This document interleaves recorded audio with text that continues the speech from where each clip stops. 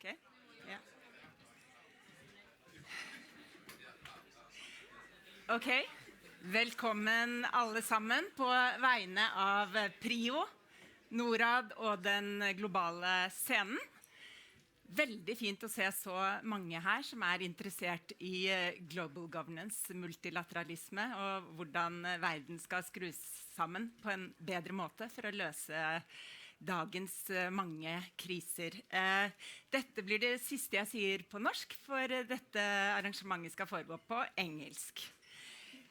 Welcome to this event where we desperately search for hope. And not only that, we also search for concrete solutions. We're facing difficult times with a big war in the neighborhood, other devastating conflicts, climate crisis, extreme weather, global health issues, increasing poverty, increasing inequality, migration, you name it. And as illustrated in last year's Human Development Report by UNDP, young people don't really believe in the future anymore. Times are so uncertain, they don't believe in progress. The need for international cooperation is greater than ever. At the same time, countries, state leaders, and common people around the world seem to be losing faith in the UN, the World Bank Group, and other multilateral organizations. Maybe this is because the systems created in the 40s, 50s, and 60s are a little bit outdated, not capable of dealing effectively with the multiple crises of today. Maybe it's because more and more countries are moving in a nationalistic direction. Authoritarian leaders are tightening the grip, rights are reversed, democracies are declining. Or maybe it's because the governance structures, the power balance in these 70 to 80 years old institutions or these systems is not really fair. My name is Nina Bull-Jørgensen, and unfortunately I don't have the answers. But hopefully you do, Your Excellency, Stefan Løvfen. Please take the floor.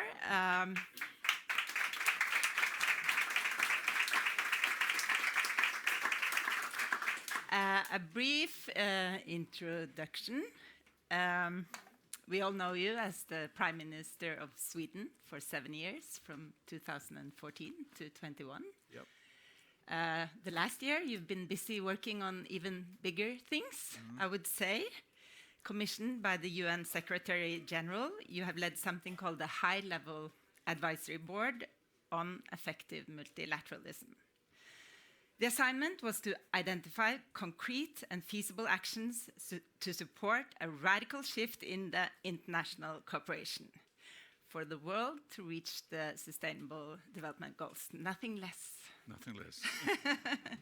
The result is a report called A Breakthrough for People and Planet. This is also the headline of this event. But actually last night I was thinking of a better headline for this event. What about Stefan Løvfen, make multilateralism great again? Oh no. A bit too much. Please let us know how you plan to do that. Nothing else?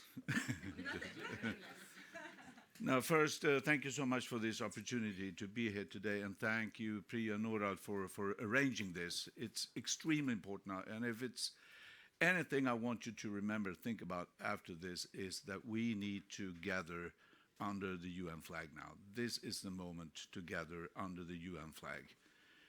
UN, with all its of course, it's not a perfect organization, but it's us as members, Norway, Sweden, US, whatever. We are the members, and we are responsible for making sure that UN works. So that is why I said yes to this. First, I thought it was impossible, but when the Secretary General calls, you say yes, and you do whatever you can. So I'm going to give you a brief description of the report, part of the report, because time is too short. So I want first to give you the context, why did we do this job, and then some of its content, and mostly on multilateral financial architecture, because whatever we need to do, we need a lot more investments in the world. And one thing that I also want you to remember is that we do not lack resources in the world. That's not the problem. The problem is how we spread the resources. That's the problem. We have enough to solve the problems we need to solve. Just make sure it happens. First, the context. If you remember, when the United Nations was 75 years, we had a pandemic, so it was quite a different celebration. But the General Assembly asked the Secretary General, we want you to come back with a kind of a statement of the state of the world and what we need to do now to tackle the climate crisis and the conflicts and whatever it is. So he came back a year later in September 2021 with a report by the name of Our Common Agenda, where he describes what he sees in this world and what needs to be corrected. And he summarized in one way using a phrase, now we are at a point where it is a breakthrough or a breakdown, the world. It's that serious. And now, this summer we just talked about the warm weather in Greece, but we have seen it all over. So there is something going on. More people need to see it. Just that issue is so important. And then after that, UN decided to organize a summit of the future. Originally, it was planned this year, but it was postponed to 2024. There is a summit of the future. And our report is one of the processes leading up to that. So because we want to hand over to the member states proposals that we think they should decide upon. That is important for this to work. So in this preparation, we High-Level Advisory Board we are one of, let's say, 9-10 different processes. One is a peace agenda, one is Global Digital Compact, and there is a lot of leading up to Summit of the Future next year. So right now, discussions are ongoing. There's a ministerial in New York now in September, where member states are supposed to decide upon the structure for this Summit of the Future and the headlines and so on. So that is the takeoff, and the Secretary General told us, be bold and be concrete.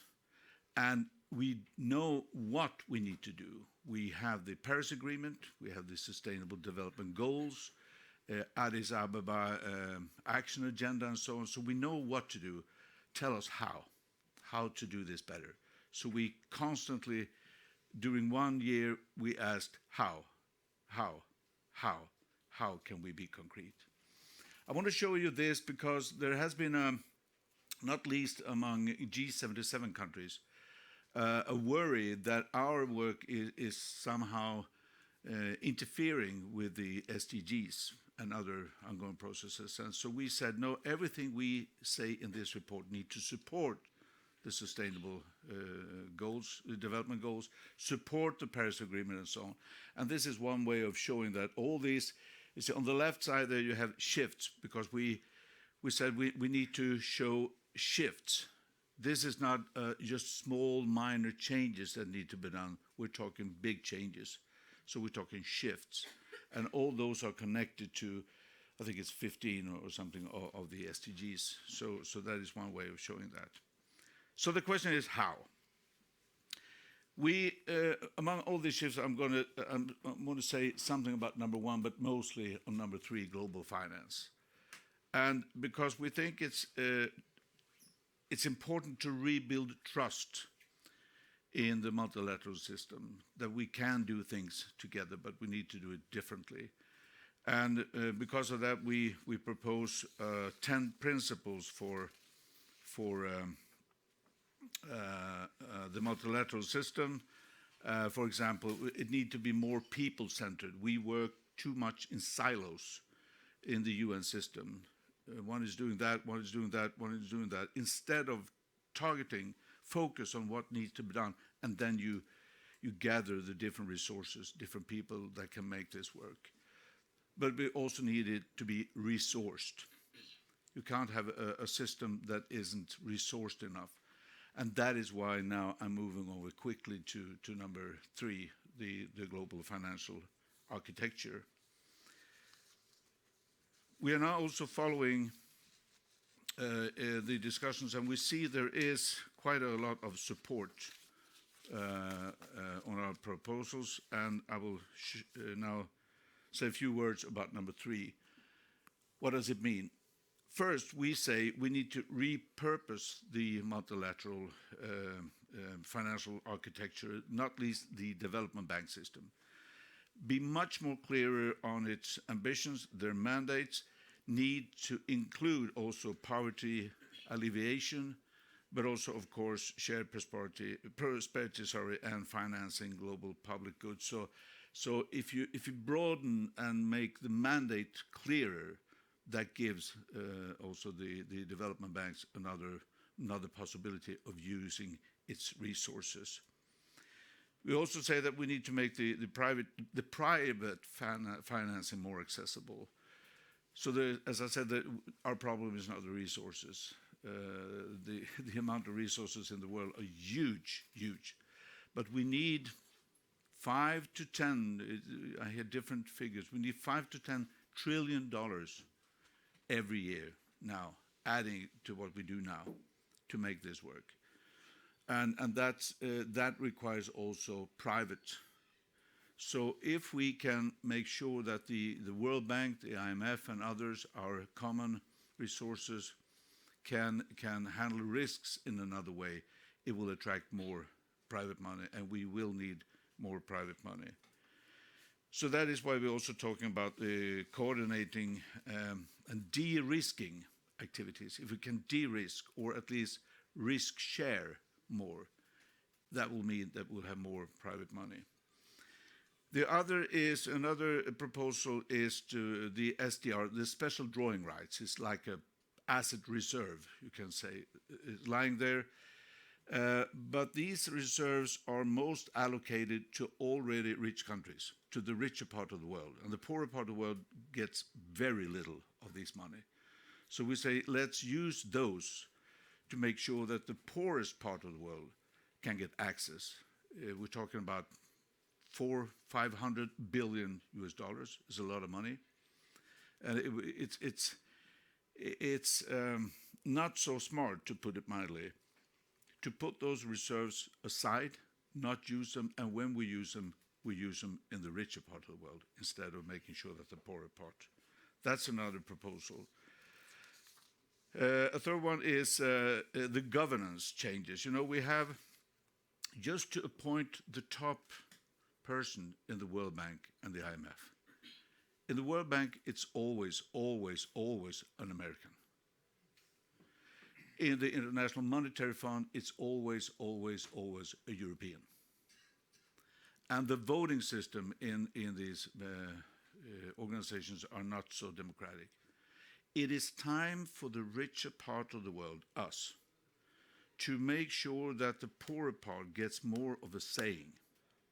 We need to be more democratic. We cannot build trust around the globe if we don't show trust, if we don't give other countries, the poorer part of the world, much more of a saying in these discussions. There's no doubt. And I've been witnessing now for years, and not least this last year, that the gap of trust between North and South, or developed and developing, or whatever we call ourselves, is widening and widening and widening. And that's a huge risk. I think we have a huge responsibility as the richer part to make sure that we close that gap as much as possible. So we are also proposing changes in the democratic system within this. Another point that we're making is the debt architecture. We have countries that are very, very close to going bankrupt.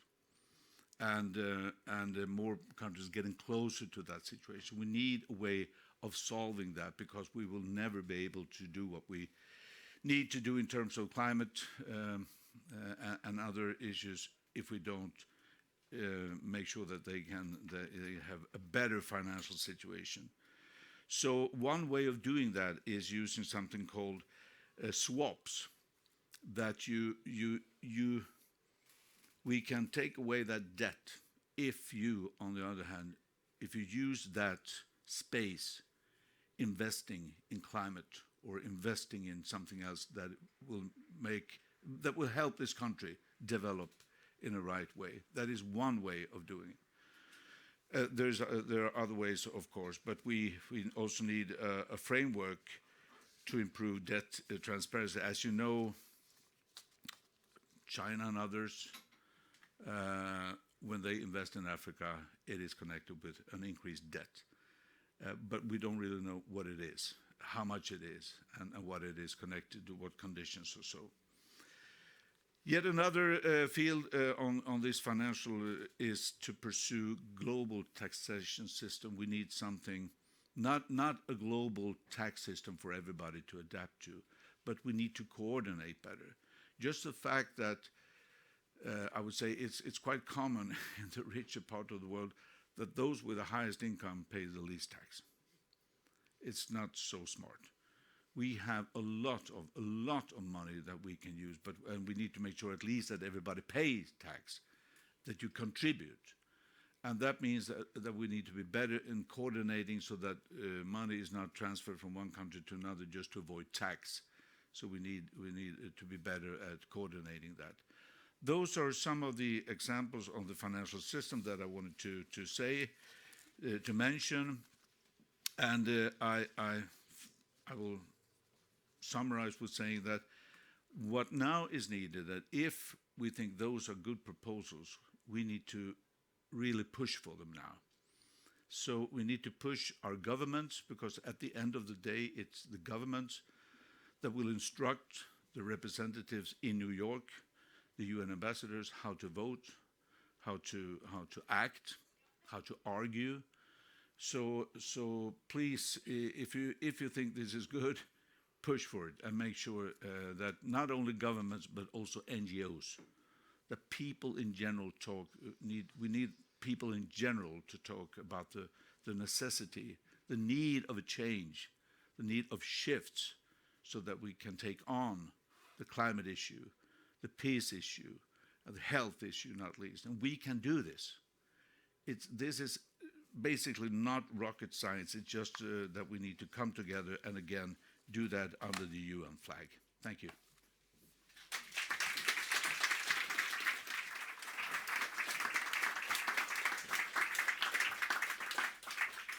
Thank you so much, Stefan Løvfen.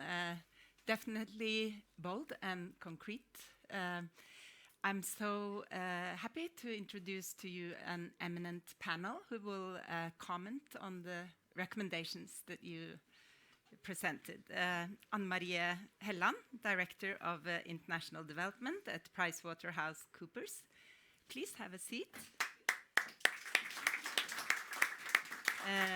Simon Reed Henry, Professor of Historical and Political Geography and researcher at PRIO, the Peace Research Institute of Oslo. And then my own boss, Bård Vegar Solhjell, Director of NORAD. Please have a seat.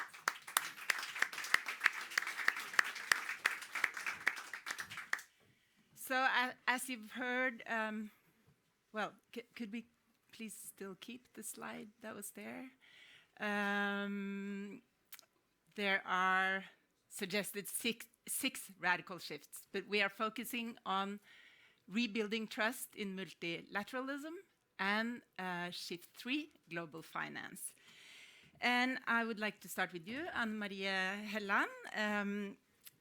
Besides being in PwC, you are member of the government's expert group on how to arrange Norwegian aid smarter and more effectively.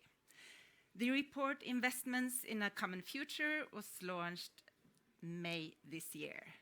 How does this report correspond to the vision of Løvfen and his advisory board? It corresponds very well. I think the underlying analysis is very much the same, that we are in a fragmented world and that the problems or the challenges we're facing are much bigger than what individual countries are able to solve on their own. I mean, and that's sort of the big shift that we see, that the major challenges that we faced even over the past 5 to 10 years. I mean, the global climate crisis, the global pandemic, there are obvious examples that this cannot be solved by one country alone, and which means that we need cooperation, and we need effective cooperation where the different actors and countries are contributing sort of on a level playing field, so we are able to harvest all of the experiences and all of the knowledge that is out there, and that it's coordinated and led. And I think we talked a lot in the expert group about also the normative role of the UN, how important that is now. I mean, to really look at what is it the UN has that no other actor globally can actually contribute. I mean, look at the human rights agenda, democracy, peace, all of these things where the UN has to have a stronger voice and has to be financed and enabled to actually contribute on that.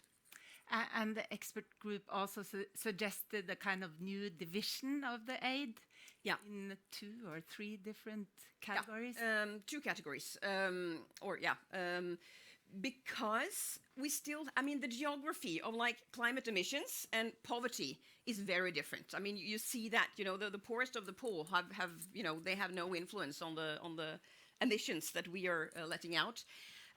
So we have said that we need to do both, and that we should have a division in, especially Norwegian development aid, but in general, where you have something earmarked for poverty reduction, where you actually go on the poorest countries, the poorest of the poor, the extreme poor, humanitarian aid, and that needs to be safeguarded, because otherwise the Ukraine war, the climate crisis will slowly eat off of the cake of the poorest, and that is happening now. I mean, many people are saying that Malawi is paying for Ukraine, or Central African Republic is paying for climate change, because you take it out of the development aid budget.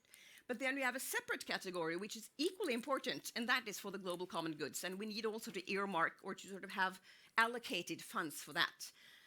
But it's about bringing clarity, as you were saying again. We need clarity on what is it that we're doing and who are doing what best.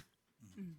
Thank you. I also recall you emphasizing on private sector and the need to spur investments of private sector, which you mentioned. Simon Reed Henry, besides being a researcher in PRIO, or along with that, you lead something called the Global Public Investment Network, an international network of organizations with radical new proposals for financing global common needs. How will you put yourself, what piece of the puzzle are you filling in here? Thanks, Nina. Yes, well, I mean, in a sense, the Global Public Investment Network is one of the NGOs, the people's voice that you referred to. And I think it is important to have that. Also, to build a little on what Anne-Marie was saying, listening to the expert group's report and the proposals being put forward for how one country, Norway, might be able to move towards a system whereby we also find financing for some of the common challenges we have, the challenges that I think you mentioned, Nina, we didn't have in the 1940s and 1950s in the same way when the current architecture was put together, is really key. And it's really key after the financial crisis of 2007 and 8, and it's become even more key after the pandemic. And what we require really is what we've been calling for a long time. You, as I say, focused on the Norwegian picture. From the Global Public Investment Network side, we've been calling for many years for doing this across all countries.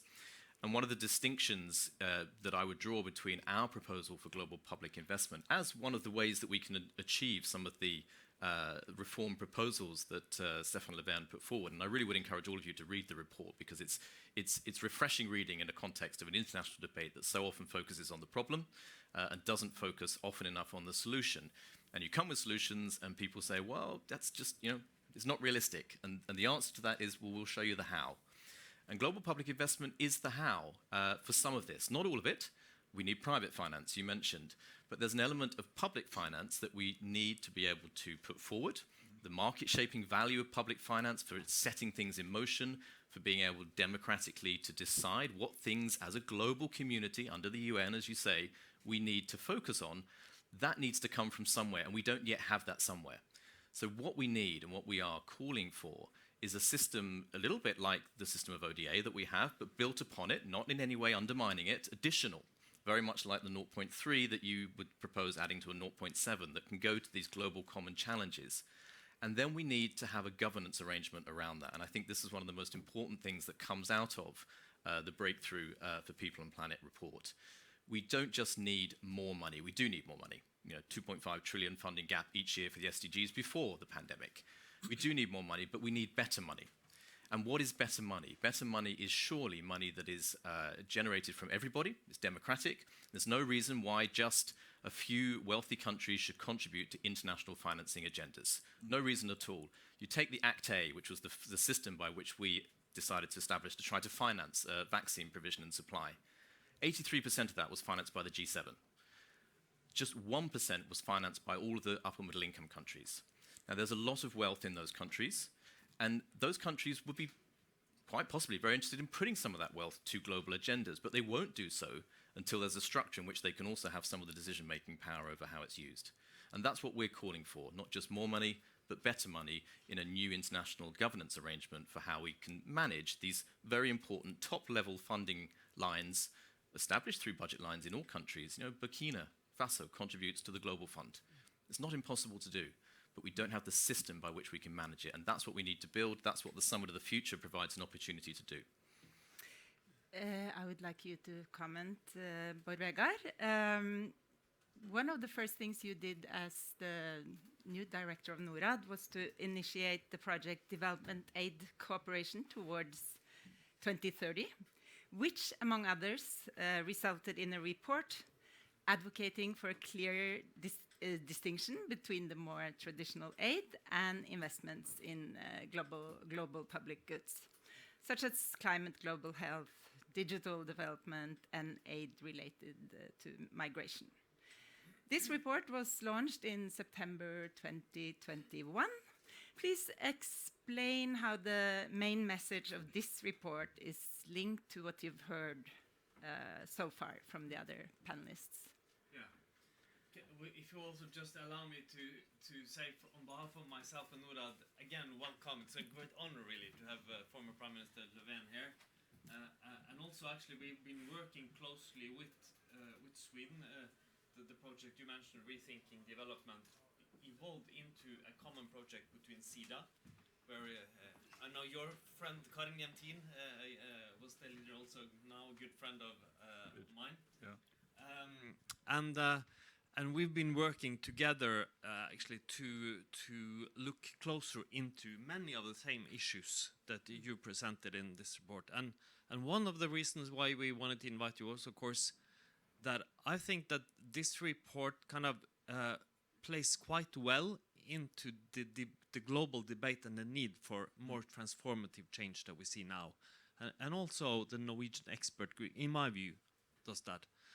Because there are periods when, stability and just building on what we've done and making sure we have progress is the right way to think.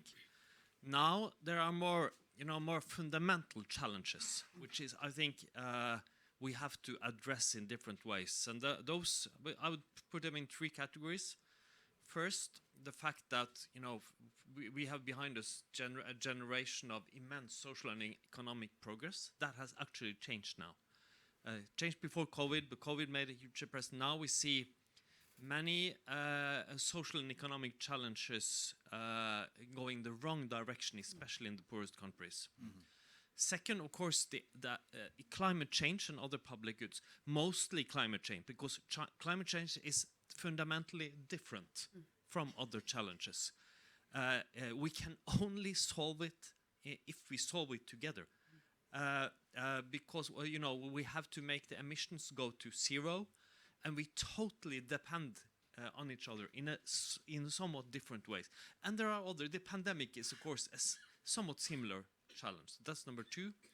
But I would also add the backsliding in democracy and political and civil liberties, which is also, after decades of progress, really.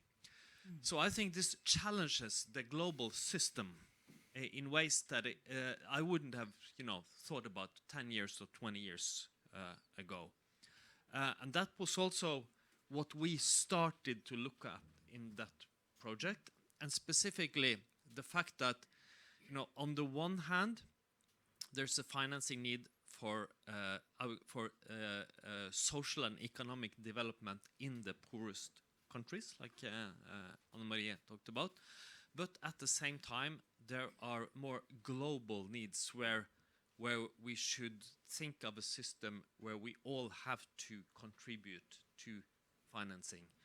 And how do we address the fact that today these are all financed from the same budget? And for Norway and Sweden, it's been in the same situation where the 1% has become the ceiling rather, instead of the floor for financing, and more challenges, global challenges, also that were in our own interest, were financed within that. And when I look at Cyril F. Johnson and Løvfen's report, and I've read, of course, the expert group also, I see that a lot of the thinking is pretty much aligned to what we've developed in NORAD as ideas. Of course, all of these are ideas, these are proposals from technical experts and so on. The challenge is political. Yeah.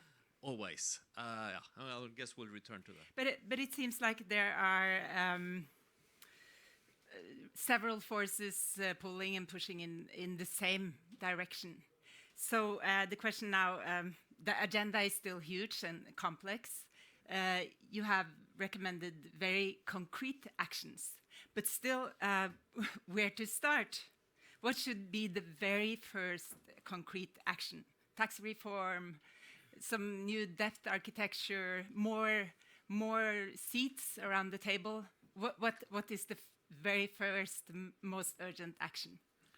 First, the very urgent is to start right now, today, tomorrow, to start pushing for all these ideas. Because as I said, at the end of the day, it'll be the representatives, the permanent representatives in New York who will negotiate, and they get their instruction from their governments. So we need a real public power to say we want this change, we need this change. I think you're right, though, that there is so many things are going in the wrong direction, but I can hear still that more and more leaders also are aware of we need to do something, not least because G77 and others are very, very strong in their voice now. And I think the financing is the most important, and I think we also need a shift in our mentality, because many people think, well, we're giving away money. We're giving away. Why do we give away money? Why don't we keep them in our country so that we can do that and that and that? This is not giving away. This is investments. If you look at China, and I'm not saluting China's system, but it is a fact that some 200-300 people were lifted out of poverty into some kind of middle class. That's good for them as individuals. But it also affects the country.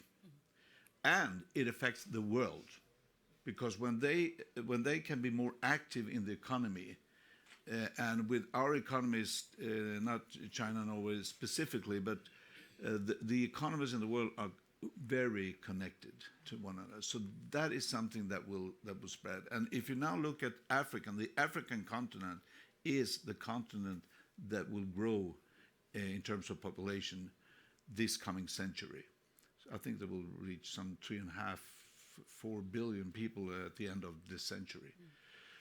So that is an asset as well. If African countries can grow and develop in the way that we want them out of solidarity, it also will influence the world economy in a positive way. So there will be returns also for richer countries. So I think investment instead of just giving away money. I think that's crucial. Simon Reed Henry, I would like to ask you, or actually ask you all, but about global finance. Do you see a kind of slow reform, transformation, or a revolution? Do we need something completely new? Well, we can but hope for a revolution, perhaps. But the way to do it, as I think, as has been set out, we need to build institutionally towards enabling these things that I think there's a huge amount of agreement upon, and a lot of what we've spoken about today in the critical literature. So I'm a researcher at PRIO as well. You know, this is not controversial. We know that we need something like this. The question is, how do we put it together? And for that, we need a forum. We need mobilization of public voice. You mentioned it before. You go to any replenishment moment for any of the funds, the climate funds, the health funds, it's driven by public mobilization through the NGO sector and through others. That's how we bring about the changes. So that's a multi-level process. It needs education, it needs transformation of the debate, but it has to start with a dialogue at the international scale, which we can have through the Summit of the Future next year. We can initiate that gives us something, some roadmap, some pathway towards a future moment, 2030. You know, we've had the MDGs from 2000 to 2015. We've then had the SDGs now. What are we going to do after that? We can't just continue to set ourselves goals. We need to think about the systems and the structures by which we do that. And that, I think, is where we begin to implement the financial piece, which I absolutely agree is itself the starting point. Anne-Marie. Yeah, just to pick up on what Mr. Løvfen said, I very much agree. And of course, the expert group report was called Investing in a Common Future. And that's exactly, we need to move beyond the whole give away money aspect. And I think that's has also something to do with how we frame the need for finances. Because how do we get private sector on board? That's not by saying that you have to give away a whole lot of money, because that's not the way to do it. But you have to say this is an opportunity for investment. Exactly. And you need to allow private sector to actually earn money on it. But then that means we need to use aid smarter to make sure that there are taxation systems in place so that they pay their taxes, that there are labor rights in place so that workers who are employed actually have fair conditions to work. Because that's the way to get economic activity. And I think we tend to believe that private sector contribution into the SDGs is to be Bill Gates and just give away money. But that's philanthropy. And that's not going to cover the needs that we have. We have to have a system whereby you actually have genuine investments. And I also very much agree with what you said about risk minimization, I would say, or risk sharing, because investors in particular, they're experts on risk. So they don't need zero risk, but they're experts on actually calculating how much risk is it worth taking. And if it goes beyond that, they would say no. But make sure that we have a risk sharing that makes the risk level acceptable, and you will have the investors on board. To start with the hopeful bit, I think that there's a growing understanding and that there's a need for change in the financial architecture, and that there's need for more financing. I think the global food crisis now is showing that both rich countries and developing countries see it more clearly, address it. The International Development Bank system is, there's a lot more criticism and debate on how that should develop, and partly along those lines. A new report this summer, which the Indian G20 chairmanship ordered. And also, I would add the global taxation debate, which is moving in the right direction, where there are, at least there are real efforts to move forward. The biggest challenge, the way I see it now, is that at the same time that the needs are bigger, and also there's at least tendency to this kind of debate, there's pressure on aid budgets and on the private sector back home. So the private sector investments to the poorest countries haven't gone up, they've gone down the last few years. Which is in a way understandable also, of course, because companies take less risk in a situation which we've had the last few years. If you look at aid budgets, a shallow look can lead you to believe that they went up the last year with 14%. If you take away Ukraine and refugee costs, they went down, and especially to the poorest countries. And of course, in a situation with a totally understandable need to invest in defense and with high rising living costs, there's also pressure on prioritizing important issues in their own country, in Western countries. So that's where I see the real big political challenge. Also in a different new kind of Cold War dynamics, new geopolitical situations. I would like to ask you, Löfven, you were a head of state. What kind of diplomatic skills would it take to get other leaders on board, let's say from unlike-minded countries like Hungary, Uganda, Russia, China, and so on? What is your trick from the inside, from the corridors? It's again about mentality. First, gather all the good forces. There are a lot of good forces. Gather the good forces, and then also talk to these countries' leaders about the win-win. It's a win-win, and that's what we need to achieve. And we can only, I mean, the pandemic was a clear example where we succeeded in developing a vaccine that went well and fast. I was very glad but surprised that we could give the first shot a year after the outbreak of the pandemic. But then, distributing the vaccines, we failed. And I had numerous of phone calls with other leaders, EU and others, about this is not rocket science. We could have sat down around the table. We need, of course, everybody to have a voice, but start at least US, India, China, UK, EU, and that actually produce the vaccine. Not only produce it, make sure you know how much, make sure you know how to distribute it around the world, make sure you know how to train and educate people that need this to being able to give a shot. That would be the logistics that we could have done, but we didn't. That's a failure, and I think, again, it's an example. If we had done this together, that would also have been a win for these countries, because everybody was afraid of the pandemic. We said, nobody is safe until everybody is safe. Okay, so we said that, but we didn't act according to it, but we can do that. So, and other examples are, I think, the same. So shifting from this to win-win. And it's a way of building common security. It's a good thing for them to turn to their own people and say, hey, this international cooperation is very good for us as well. This is something that we are gaining from because we're building common security. And common security is much better than, I fully agree with you. Right now we have to put a lot of resources into arms and military equipment. That's a necessity now. But in the long term, the best security that we can provide people is building trust between countries. And one way of doing that is handling the pandemic better, making sure that the developing countries can develop better. And we should say to China, US, okay, you're competing now. Fine, we understand that. But you need to do this in a way that doesn't end up in a military conflict.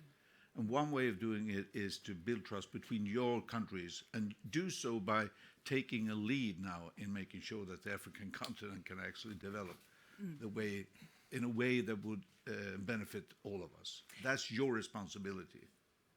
Thank you for giving us hope and kind of, going towards the end of this event. Unfortunately, time is short, but we're heading towards a kind of positive note. I would like to give you all 30 seconds each to finalize. What are your hopes for global governance and multilateralism? That we are able to both finance and to give ample power to the normative forces of the UN system, because I believe that's really what we need. We need that someone to lead the way, and I think the UN system is currently the structure who can do that. Simon Reed-Henry. Yeah, well, let me build on that. I mean, I think it has to begin with changing the narrative, investment rather than giving money away, but also recognizing that countries have a self-interest in contributing to some of these things that they don't yet do. And there are common returns from all of those, but we need to show that. We need to do the sort of research we do at PRIO. We need to put numbers on it, and then we need to take that out and create new narratives and new stories around it. And I think very much that's kind of what the expert group's report pushes us to, and it's the kind of work that Rethinking Development is pushing us towards. So I see room for hope, but I think we need to step up the discussion. It won't happen by its end, and we can't wait to the good times. I'll give you the last words. So the first recommendation is to rebuild trust in multilateralism. But anyone who's been a politician or even a leader of anything knows that you can't just decide to rebuild trust. It's like, okay, trust. Everyone in favor. Trust. The best thing you can do is to deliver. To make a real effort so that people think you deserve their trust. And right now, I think the multilateral system isn't delivering well enough. I mean. And so we have to challenge ourselves, the finance part, but not only that, other parts of it as well, our ability to agree goals and actually push for them and so on. And I think this, like the other efforts here, they are about that. How do we do the necessary changes and also scaling up finance to actually deliver better so that we deserve trust? And Bård Vegar, I would like you to repeat what you said yesterday. Bård Vegar Solhjell had a around-the-world trip explaining climate change and how that affects different countries in the world. And you said something about cooperation and the instinct in human beings. I didn't actually go around the world. I just had a talk here, 45 minutes. No, I mean, it's something people tend to speak about human natures like we're all egoists and think about ourselves. But modern research in biology and archaeology and psychology and so on tends to show the opposite. That what defines us as humans is our ability to cooperate, complex cooperation. It's sometimes called. For instance, humans we're the only species with the ability to have altruism. To actually do something that's in the interest of others without it being in the interest of ourselves. And a Norwegian author and biologist called Dag Hesten has written a book called We, where he kind of sets out how human nature has it in it to cooperate on solutions. And I think that's also what we see historically. Wars, pandemics, extreme ideologies. When it's important, we have it in ourselves to solve problems we created and cooperate on solutions. So that's why I call myself an empirical optimist sometimes. Yeah. And with those words, thank you so much, Your Excellency, Stefan Løvfen, Anne-Marie Helland, Simon Reed Henry, and Bård Vegar Solhjell.